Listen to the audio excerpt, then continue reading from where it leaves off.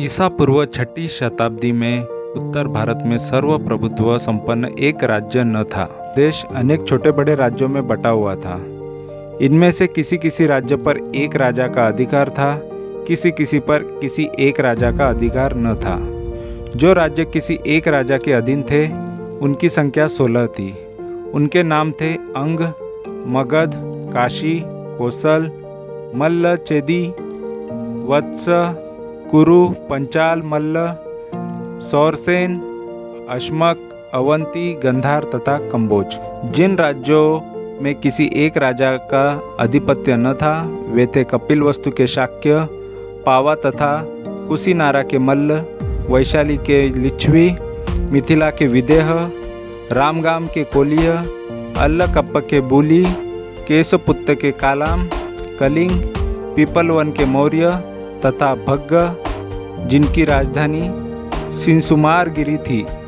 जिन राज्यों पर किसी एक राजा का अधिकार था वे जनपद कहलाते थे और जिन राज्यों पर किसी एक राजा का अधिकार न था वे संघ या गण कहलाते थे। कपिलवस्तु के शाक्यों की शासन पद्धति के बारे में हमें विशेष जानकारी नहीं है। हम नहीं जानते कि वहाँ प्रजातंत्र था अथवा कुछ लोगों का शासन था। इतनी बात हम निश्चयपूर्वक कह सकते हैं कि शाक्यों के जनतंत्र में कई राज परिवार थे और वे एक दूसरे के बाद क्रमशः शासन करते थे। राज परिवार का मुखिया राजा कहलाता था।